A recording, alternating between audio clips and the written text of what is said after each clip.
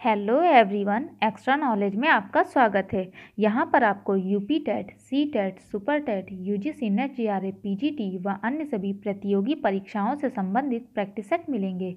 तो आज हम आपके लिए लाए हैं पीजीटी, जीआईसी, जीजीआईसी प्रवक्ता के सोशियोलॉजी के जो नई वैकेंसीज आई हैं उसमें हम मैक्स वेबर से संबंधित उनके अवधारणा पर चर्चा करेंगे। तो हम पहला लेक्चर जो अपलोड कर चुके हैं उसमें हमने मैक्स वेबर का प्रारंभिक जीवन एवं शिक्षा के बारे में बात की थी और वेबर का समाजशास्त्र तथा वेबर के पद्धति शास्त्र और मूल्यांकनात्मक निर्णय पर चर्चा की थी। और आज हम बात करेंगे जो कि मैक्स वेबर की अवधारणा है आदर्श प्रारूप की अवधारणा और सामाजिक क्रिया पर। और जो पिछले वीडियो हैं अगर आप उसे देखना चाहें तो हमारे प्लेलिस्ट में जा करके आप देख सकते हैं। और अगर इसका पीडीएफ चाहिए तो आप टेलीग्राम चैनल ज्वाइन कर सकते हैं जिसमें इसकी पीडीएफ प्रोवाइड करा दी जाएगी। तो आइए जानते हैं मैक्स वेबर के आदर्श प्रारूप की अवधारणा में क्या क्या बात कही गई है। जैसे कि आदर्श प्रारूप की अवधारणा, कॉन्सेप्ट ऑफ आइडियल टाइप के बारे में बात की जाए तो पहले तो ये जानते हैं कि मैक्स वेबर ने इस अवधारणा को क्यों प्रस्तुत किया। तो जब मैक्स वेबर के समय में जर्मनी में इस प्रकार के एक कट्टर विद्वान या संप्रदाय विकसित हो चुका था जो इस बात में विश्वास करते थे कि सामाजिक घटनाओं पर प्राकृतिक विज्ञानों की पद्धति के अनुसरण से विचार नहीं किया जा सकता।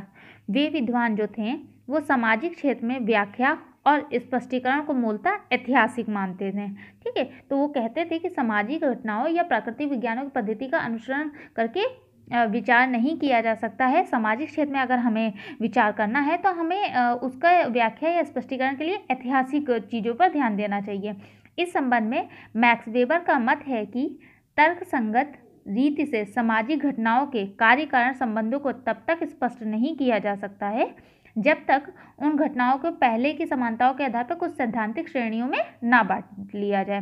तो मतलब इन्होंने बताया कि कोई भी सामाजिक घटनाओं के कार्य कारण संबंधों को स्पष्ट करने के लिए हमें कुछ उनकी समानताएं जो उस अध्ययन में है उनको छांट लेना चाहिए और इसे ही उन्होंने आदर्श टाइप माना। तो मैक्स वेबर ने अपने आदर्श प्रारूप सिद्धांत को विकसित किया और उन्होंने इस बात पर बल दिया कि समाजशास्त्रियों को अपनी उपकल्पना के निर्माण के लिए आदर्श अवधारणाओं को चुनना चाहिए। और तो इसमें जो कि इनका आदर्श प्रारूप की अवधारणा है ये सर्वप्रथम मैक्स वेबर ने अपनी पुस्तक Protestant ethic and the spirit of capitalism जो कि 1905 कहीं 1906 भी दिया होगा में प्रकाशित किया। तो अगर बात की जाएगी कि आदर्श प्रारूप की अवधारणा किस बुक में इनकी दी गई है तो वो पुस्तक होगी Protestant ethic and the spirit of capitalism. तो इनका जो आदर्श प्रारूप है इसमें बात की गई है कि किसी घटना, वस्तु या वर्ग विशेष की समस्त आवश्यक विशेषताओं का संपूर्ण रूप से चित्रण करने की विधि आदर्श प्रारूप के रूप में जानी जाती है। तो इनका जो आदर्श प्रारूप है वो ना तो औसत प्रारूप है और ना ही आदर्शात्मक बल्कि वास्तविकता के कुछ विशिष्ट तत्वों के विचारपूर्वक चुनाव तथा सम्मेलन द्वारा निर्मित आदर्शात्मक मान है। और इसमें बात की गई है जैसे कि आदर्श प्रारूप की अवधारणा के पीछे मूल मंतव्य यह है कि सामाजिक घटनाओं का विश्लेषण उनकी परिवर्तनशील एवं जटिल प्रकृति के कारण उनकी विशेषताओं का अत्यंतिक रूप से संदर्भित रूप में किया जा सकता है जिससे यथार्थता में पाया जाना बहुत ही कठिन कार्य है। तो जैसे कि इसे समझें तो जैसे कि वास्तव में सामाजिक घटनाओं का जो क्षेत्र है वो अत्यधिक विस्तृत और जटिल है। ठीक है, आप भी जानते हो कि सामाजिक घटनाएं बहुत ही विस्तृत और जटिल है। इस कारण अध्ययन कार्य तथा घटनाओं के विश्लेषण में सुविधा और यथार्थता होना अति आवश्यक है और इन्हीं सुविधा या यथार्थता के लिए कुछ समानताओं के आधार पर विचारपूर्वक तथा तर्कसंगत ढंग से कुछ वास्तविक घटनाओं या व्यक्तियों को इस प्रकार चुना जाए जो कि उस प्रकार के समस्त घटनाओं व्यक्तियों का प्रतिनिधित्व करते हैं। तो हमें किसी भी सामाजिक घटनाओं का अगर हमें अध्ययन करना है तो हमें उनमें कुछ ऐसे चीज़ों को चुन लेना चाहिए जो कि पूरे उस सामाजिक घटना का प्रतिनिधित्व करती हों। तो इसे ही आदर्श टाइप बोला है इन्होंने। और चुनाव और सम्मेलन द्वारा जिस टाइप का निर्माण होता है उसे आदर्श टाइप व प्रारूप कहा गया है। इस आदर्श का अर्थ यह नहीं है कि इसके चुनाव या निर्माण में किसी आदर्शात्मक विचार, अनुमान या पद्धति का अनुसरण किया जाए। यहाँ आदर्श इस अर्थ में है कि यहाँ एक विशिष्ट श्रेणी या टाइप है जो कि उस संपूर्ण घटना या व्यवहार की वास्तविकता का अनुसरण करती है। तो इनकी जो ये अध्ययन इन्होंने अध्ययन की पद्धति के दृष्टिकोण से इस प्रकार के टाइप को लिया है जो कि वैज्ञानिकता को काफ़ी सुविधा होती है इस चीज़ को लेने पे, और अध्ययन कार्य में भी काफ़ी अधिक यथार्थता और सुतथ्यता आती है, तथा इस कारण वैज्ञानिक ने ये टाइप आदर्श माना है। ठीक है, क्योंकि इस कार्य को करने में काफ़ी ज़्यादा वैज्ञानिकता मिलेगी। कोई भी एक अगर सामाजिक घटना का हम अध्ययन कर दें, उसमें से अगर हम कुछ एक ऐसे तथ्यों को सम्मिलित या टाइप को चुन लेते हैं जो पूरे का प्रतिनिधित्व करती है, तो इससे क्या होगा, अध्ययन कार्य में वैज्ञानिकता आएगी, यथार्थता आएगी। ठीक है, तो इसी आधार पर इन्होंने इसे आदर्श टाइप बोला है। तो आदर्श का शब्द केवल इसी अर्थ में किया गया और किसी भी अर्थ में नहीं किया गया है। ठीक है, अब बात करते हैं कि आदर्श प्रारूप की विशेषताएं क्या हैं। तो जो कि पहली विशेषता दी है, इस आदर्श प्रारूप का निर्माण कर्ता की इच्छित अर्थ के अनुसार किया जाता है। तो ये जो है इसे जर्मन भाषा में वर्हेस्टेन कहा गया जाता है, और इस विशेषता ने सामाजिक विज्ञान तथा प्राकृतिक विज्ञान के अंतर को स्पष्ट किया है। तो अगर जैसे कि पहले लेक्चर में मैंने बताया था कि अगर ऑप्शनल क्वेश्चन आता है कि सामाजिक विज्ञानों और प्राकृतिक विज्ञानों में अंतर को किसने स्पष्ट किया है, तो वो मैक्स वेबर होगा। और अगर बात कर ली जाए कि सामाजिक विज्ञान और प्राकृतिक विज्ञान के अंतर को किस प्रारूप की विशेषताओं के आधार पर किया गया है, तो इसमें जो आदर्श प्रारूप का निर्माण है वो कर्ता की क्रिया के इच्छित अर्थ के अनुसार किया जाता है, तो उस हिसाब से किया गया है। जैसे कि इसको अगर हम समझें, तो आदर्श प्रारूप में वैज्ञानिक के दृष्टिकोण से जो अर्थ एक क्रिया का है वह उतना महत्वपूर्ण नहीं है कि उस क्रिया का वह अर्थ जो कि उसे करने वाला है, मतलब जो क्रिया का अर्थ होता है वो ज़्यादा महत्वपूर्ण है उससे जो क्रिया को कर रहा है उस व्यक्ति से। ठीक है, तो इसमें इस बात की गई है। दूसरा जो इनकी विशेषता इन्होंने दी आदर्श प्रारूप की, आदर्श प्रारूप सब कुछ का वर्णन या विश्लेषण नहीं है, या तो एक सामाजिक घटना या क्रिया के अति महत्वपूर्ण पक्षों का निरूपण है। तो मतलब जैसे कि मैक्स वेबर पहले ही कह चुके हैं कि अगर कोई व्यक्ति कहता है कि हम सब कुछ का वर्णन कर रहे हैं या सब कुछ का अध्ययन कर रहे हैं, तो ऐसा संभव नहीं है, क्योंकि सब कुछ का अध्ययन करना मतलब कुछ नहीं का अध्ययन करना है, उनका ऐसा मानना था। तो इसके आधार पर आदर्श प्रारूप को केवल सामाजिक क्रिया के प्रतिमान के तर्कसंगत तत्वों की व्याख्या करनी चाहिए, और कुछ तर्क सिद्ध जो नहीं है, इनका मानना था कि केवल हम जो भी अध्ययन कर रहे हैं उसमें से केवल जो तर्कसंगत तत्व हैं उन्हें ही सम्मिलित करना चाहिए, जो तर्कसंगत तत्व नहीं है उन्हें छोड़ देना चाहिए या भ्रांतर्क आदि के रूप में विचार करना चाहिए। तो इसमें इनका ये चीज़ कहना था। और तीसरी जो विशेषता इन्होंने दी है, मैक्स वेबर ने इस ओर भी ध्यान आकर्षित किया है कि आदर्श प्रारूप को केवल मात्र ठोस ऐतिहासिक समस्याओं के विश्लेषण हेतु साधन या उपकरण के रूप में प्रयोग करना चाहिए। तो ये जो बात कही गई है, इसमें आदर्श प्रारूप को ढूंढ निकालना ही सामाजिक विज्ञान का अंतिम लक्ष्य होता है। तो मतलब इस चीज़ में बात की गई है कि हम केवल सामाजिक विज्ञान का जो अंतिम लक्ष्य होगा वो आदर्श प्रारूप को ढूंढ निकालना ही नहीं है।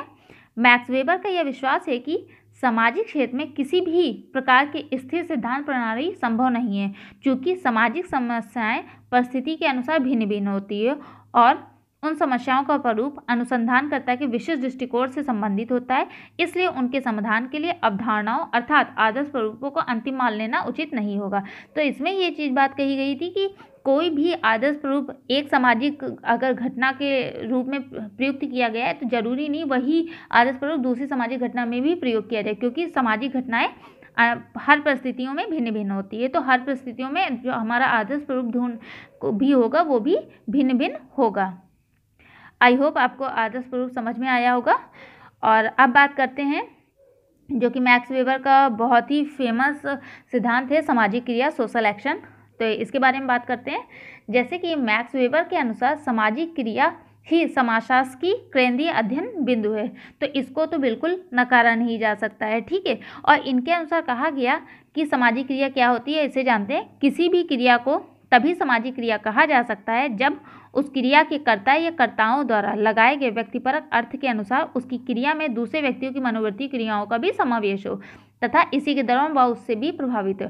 तो इन्होंने बताया सोशल एक्शन या सामाजिक क्रिया वो होगी जो उसने अर्थ लगाया होगा, जिस भी क्रिया का, वही क्रिया का अर्थ दूसरे व्यक्ति की मनोवृत्तियों में भी समावेश हो और वो भी उससे प्रभावित हो, दूसरा व्यक्ति भी उससे प्रभावित हो, तब इसे सोशल एक्शन या सामाजिक क्रिया कहेंगे। और जैसे कि मैक्स वेबर ने बताया है कि सामाजिक क्रिया के लिए कौन कौन सी कसौटियाँ होनी चाहिए जिसके कारण वो सामाजिक क्रिया कही जाएंगी। तो पहला उन्होंने बताया कि सामाजिक क्रिया दूसरे व्यक्तियों के भूतकाल, वर्तमान या भावी व्यवहार से प्रभावित हो। तो इन्होंने पहली ये कसौटी बताई कि हम उसे ही सामाजिक क्रिया कहेंगे जो कि व्यक्ति के भूतकाल, वर्तमान या भविष्य के जो व्यवहार है उससे प्रभावित होकर की जाती है।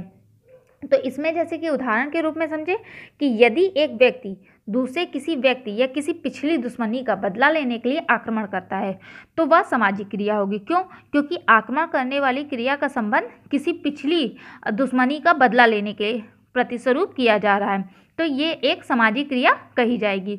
उसी प्रकार अगर बात की जाए कि एक विद्यार्थी जब अपनी आने वाली प्रैक्टिकल परीक्षा की तैयारी करता है तो उसकी वह क्रिया भी सामाजिक क्रिया है। क्यों? क्योंकि वह उस क्रिया में परीक्षा लेने वाले परीक्षा की भावी क्रियाओं द्वारा प्रभावित है। तो ये वो क्रिया सामाजिक क्रिया कही जाएगी जो दूसरे व्यक्तियों के भूतकाल, वर्तमान या भविष्य के व्यवहार द्वारा प्रभावित हो। ये पहली कसौटी थी। वहीं दूसरी कसौटी अगर बात की जाए कि कौन सी सामाजिक क्रिया कही जाएगी, तो सामाजिक क्रिया ना तो अनेक व्यक्तियों द्वारा की जाने वाली एक सी क्रिया को कहते हैं और ना ही उस क्रिया को कहेंगे जो केवल दूसरे व्यक्तियों द्वारा प्रभावित हो। तो इसको अगर उदाहरण से समझें तो जैसे सड़क पे अनेक व्यक्ति जा रहे हैं और वर्षा होने लगती है, सभी लोग अपना छाता खोल लेते हैं, तो ये जो क्रिया होगी ये सामाजिक क्रिया नहीं होगी। क्यों?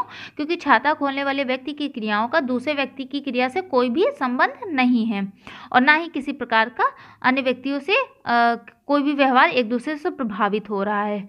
लेकिन जब जैसे कि इस संबंध में मैक्स वेबर ने यह भी स्मरणीय कि दूसरों की क्रियाओं का अनुकरण मात्र ही सामाजिक क्रिया नहीं होगा। ठीक है, इन्होंने ऐसा भी बोला है कि केवल उनका अनुकरण कर लेना ही सामाजिक क्रिया नहीं है, क्रिया के अर्थपूर्ण संबंध रखता हो और या उस क्रिया द्वारा अर्थपूर्ण रूप से प्रभावित होता हो तब वो क्रिया सामाजिक क्रिया कही जाएगी। उदाहरण से अगर मान लें कि आज मैं एक विद्यार्थी को शॉर्टकट रास्ते से विद्यालय जाते देखता हूँ और अगर उसका अनुसरण करके मैं भी वही शॉर्टकट रास्ते से जाता हूँ तो ये सामाजिक क्रिया नहीं होगी। लेकिन यदि कोई ड्रिल मास्टर साहब की क्रिया का अनुसरण करते हैं, मतलब वो जो सिखाते हैं ड्रिल मास्टर, ठीक है, और उनकी क्रिया का अगर अनुसरण करके हम वैसी क्रिया का करते हैं तो वो अर्थपूर्ण अर्थ में ली जाएगी और उससे सामाजिक क्रिया माना जाएगा। और यहाँ पे तीसरी जो कि कसौटी बताई है मैक्स वेबर ने, प्रत्येक प्रकार की क्रिया, यहाँ तक कि प्रत्येक प्रकार की बाह्य क्रिया सामाजिक क्रिया नहीं कही जा सकती। बाह्य क्रिया असामाजिक है यदि वह पूर्णतः जड़ अर्थात बेजान वस्तुओं द्वारा प्रभावित हो। तो अगर संक्षेप में बात करें तो जड़ वस्तुओं द्वारा प्रभावित या उसकी प्रतिक्रिया स्वरूप की गई क्रिया सामाजिक क्रिया नहीं कही जाएगी। उदाहरण के रूप में अगर हम बात करें जैसे कि कोई व्यक्ति ईश्वर का ध्यान लगाकर बैठा है अकेले या अकेले प्रार्थना आराधना करने के रूप में व्यक्त हो रहा है, तो ये जो होगा ये सामाजिक क्रिया नहीं होगी। परंतु यदि हम ब्राह्मण द्वारा उच्चारित मंत्रों को कहते हुए मूर्ति पर फूल चढ़ाते हैं तो ये सामाजिक क्रिया हो जाएगी। ठीक है, तो इसमें यही बात की गई है, जड़ व्यक्ति मतलब जो बेजान वस्तुओं की तरह कि हम अकेले बैठे हुए हैं या अकेले कोई कार्य कर रहे हैं जिसका मतलब हिलना डुलना किसी चीज़ से कोई मतलब नहीं है, कोई दूसरा व्यक्ति ना प्रभावित हो रहा है ना हम उससे प्रभावित हो रहे हैं, तो वो चीज़ जो होगी वो आपकी सामाजिक क्रिया नहीं होगी। लेकिन यही चीज़ जब कोई दूसरा व्यक्ति करा रहा हम उसके अनुसरण करते हुए वो कार्य कर रहे हैं तो वो सामाजिक क्रिया कही जाएगी। और चौथी कसौटी की जो बात की है मैक्स वेबर ने कि मानव प्राणियों का प्रत्येक प्रकार का संपर्क भी सामाजिक नहीं कहा जा सकता, वह उसी सीमा तक सामाजिक कहा जाएगा जहां तक कर्ता का व्यवहार दूसरे व्यवहार से अर्थपूर्ण ढंग से संबंधित या प्रभावित है।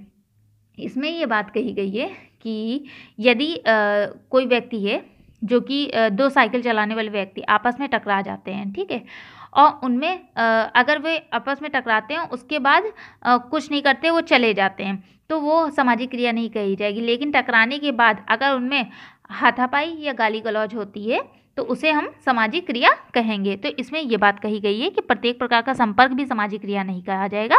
सामाजिक क्रिया वही कहा जाएगा जो एक दूसरे के व्यवहार को अर्थपूर्ण ढंग से प्रभावित करते हों, कि अगर संपर्क हो गया बस हम आए एक दूसरे को देखें और बिना बोले चले गए तो ये सामाजिक क्रिया नहीं है। लेकिन जब कोई क्रिया प्रतिक्रिया हो रही है तो वो सामाजिक क्रिया कही जाएगी। तो इन्होंने ये बताया कि ये सारी कसौटियाँ सामाजिक क्रिया के लिए आवश्यक हैं। अब जानते हैं मैक्स वेबर ने सामाजिक क्रिया के कितने प्रकार बताए हैं या कितनी श्रेणियों में बांटा है। तो मैक्स वेबर ने सामाजिक क्रिया को जो है 4 श्रेणियों में बांटा है। पहला इन्होंने तार्किक क्रिया दिया है, दूसरा मूल्यांकनात्मक क्रिया दिया है, तीसरा प्रभावात्मक क्रिया दिया और चौथा परंपरात्मक क्रिया दिया है। तो बात करते हैं जैसे कि तार्किक क्रिया की। वह क्रिया जो कि सचेत रूप से किसी योजना के अनुसार की जाए, उसमें लक्ष्य तथा साधनों का पूर्ण ध्यान रखा जाए, तो वो तार्किक क्रिया होगी। मतलब तार्किक क्रिया जो योजना के अनुसार बनाई जाए तथा लक्ष्य और साधनों में पूर्ण नियंत्रण रखा जाए, वो हमारी तार्किक क्रिया कही जाएगी। उदाहरण के लिए यदि व्यक्ति को एक नया उद्योग चालू करना है तो वह उसके लिए योजना बनाता है, योजना के अनुसार ही अन्य साधनों को भी जुटाता है, उसका ध्यान रखता है, उस उद्योग में अधिकतम लाभ कमाने की भी योजना बनाता है। तो ये सब क्या होगा, तार्किक क्रिया कही जाएगी। वहीं मूल्यांकनात्मक क्रिया वह क्रिया जो कि किसी कलात्मक, धार्मिक, नैतिक आधार पर की जाती है और जिसे कि बिना किसी तार्किक कारण के स्वीकार भी कर लिया जाता है। ठीक है, तो इसमें ये बात कही गई है कि जैसे कि धार्मिक नैतिक आदर्श के सम्मुख जो है हम लोग क्या होंगे, एकदम मूक रहते हैं। क्यों? क्योंकि कुछ ऐसे धार्मिक नैतिक आदर्श हैं जिनमें हम कोई भी प्रकार का तर्क नहीं कर सकते हो, वो जैसा है हम वैसे ही उसे स्वीकार कर लेते हैं या सच मान लेते हैं। तो इसे ही मूल्यांकनात्मक क्रिया कहा जाता है। जैसे उदाहरण के रूप में अगर हम समझें कि निश्चित रूप से यह नहीं कहा जा सकता कि रोज़ प्रार्थना, पूजा पाठ करने या नियमित रूप से मंदिर या गिरजाघर जाने में वास्तव में अंत में हमें क्या लाभ मिलना है। फिर भी इन क्रियाओं का मूल्यांकन हम धार्मिक अनुभव, मुक्ति पाने की आशा या ईश्वर प्रेम के आधार पर करते हैं। तो ये मूल्यांकनात्मक क्रिया हो गई। अब बात करते हैं प्रभावात्मक क्रिया। वे क्रियाएं जो कि आवेगों या संवेगों द्वारा प्रेरित होती हैं। मतलब आवेग या संवेग क्या होंगे, जैसे कि प्रेम, शत्रुता, घृणा, क्रोध, ये हमारे सब क्या हैं, आवेग या संवेग हैं।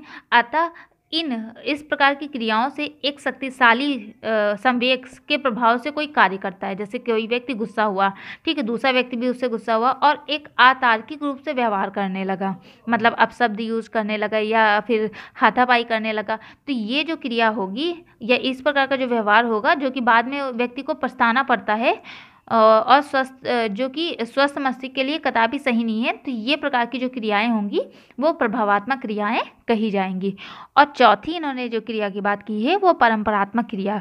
वे क्रियाएं इसके अंतर्गत आती हैं जो कि उन सामाजिक प्रथाओं द्वारा नियंत्रित होती है जिनका कि अनेक व्यक्तियों द्वारा अनुसरण किया जाए। तो परंपरागत मतलब बहुत पिछले ज़माने से परंपरागत रूप से जो भी प्रथाएं, रूढ़ियाँ हमारी अनुसरण कर रहे हैं सभी व्यक्ति, वे सारी क्रियाएं इसके अंतर्गत आएंगी। ठीक है, तो इस प्रकार की क्रियाओं का अनुसरण केवल इसलिए नहीं किया जाता है कि भूतकाल में अनेक व्यक्ति वैसा ही करते थे। वास्तव में हम लोग एक विशेष प्रकार के व्यवहार करने के लिए बाध्य होते हैं क्योंकि सब लोग उसी विशेष प्रकार का व्यवहार करते हैं। क्योंकि अगर हम किसी व्यवहार के विपरीत करेंगे तो वो कहीं ना कहीं समाज के लिए असंतुलन पैदा करेगा। तो इसलिए हम व्यवहार वैसा ही इसलिए करते हैं क्योंकि अनेक व्यक्ति वैसा व्यवहार कर रहे हैं।